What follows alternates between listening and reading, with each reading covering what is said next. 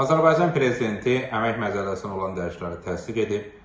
Beləliklə, əmək məcəlləsinə olan dəyişikliklər artıq qüvvəyə minib.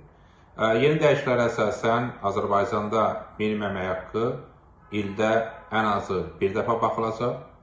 Bu deməkdir ki, il ərzində minimum əmək haqqının ən azı bir dəfə artırılması həyata keçiriləcək. Praktik olaraq minimum əmək haqqının məbləğinə baxılması və artırılması bir tərəfdən minimum əmək haqqındakı artımlarda, xüsusən də zaman baxımından konkret olaraq il ərzində artımların həyata keçirilməsi aspektindən vacibdir. Digər tərəfdən isə minimum əmək haqqındakı dəyişikliklər və minimum əmək haqqının artması xüsusən də vahid tarif cədvəlinə uyğun olaraq əmək haqqı alan vətəndaşlarımızın vəzifə maaşlarının artmasına imkan verəcək.